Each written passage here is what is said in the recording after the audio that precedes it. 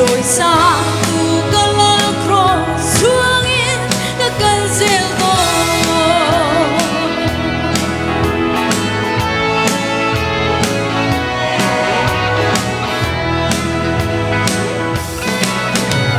Krista pangai na ata tu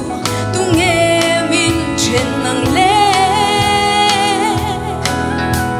sa ruột na le mual phau na ten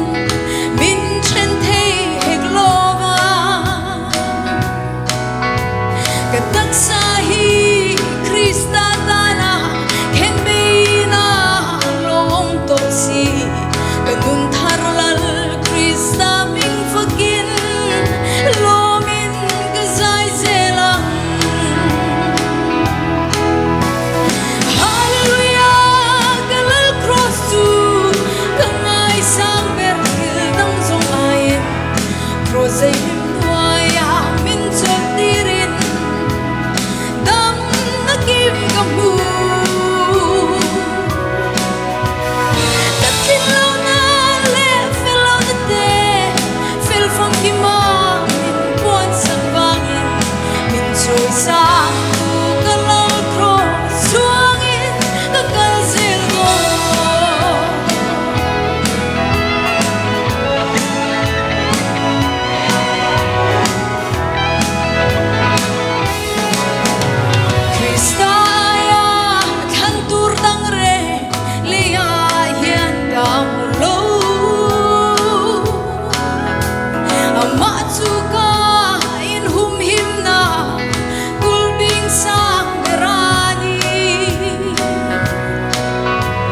Sit lehel rel nakara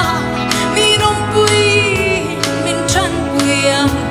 kalal pa cross hilti theng na chua muang ten kaleng toang Hallelujah kalal cross su kangai sang ber hil dang zong ain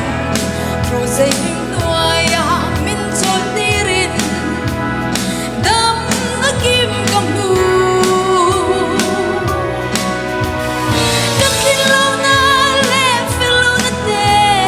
Fil phong kima Min buwan sa bangin Min choy sa Kalang cross Suangin Kakazil mo